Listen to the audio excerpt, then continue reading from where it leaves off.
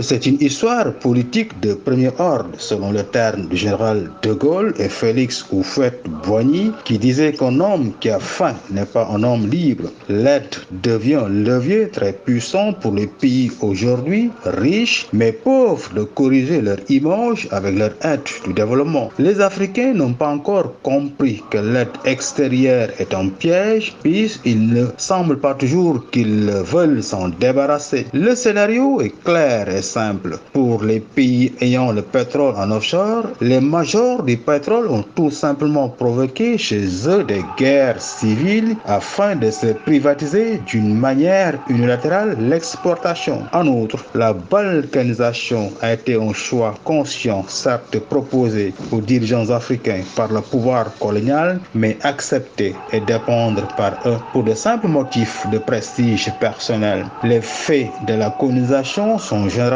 connus, mais leur interprétation est tout à fait erronée. On nous a appris que l'histoire du côté du colonisateur, porteur d'une mission civilisatrice, qui eût dû être une histoire de la conquête et de la pacification. Bref, la plupart de nos ressources naturelles ont été dilapidées. Les ressources financières mal gérées, la formation de nos enfants escamotée, le système éducatif africain effondré, tout cela parce qu'il n'y a pas une mentalité de gestion rigoureuse, assise sur une stratégie clairvoyante du contexte international. On évoque dans ce cas un mismanagement des économies africaines, disons plutôt malgouvernance. Voilà l'Afrique, triste sort. Que devrons-nous faire pour sortir de cette pauvreté manifeste pour prétendre à un développement? Doit-on continuer à dépendre des autres? Pour reprendre la formule de Nana Akufo-Addo, le président ghanéen de passage à Dakar lors de la conférence mondiale pour l'éducation.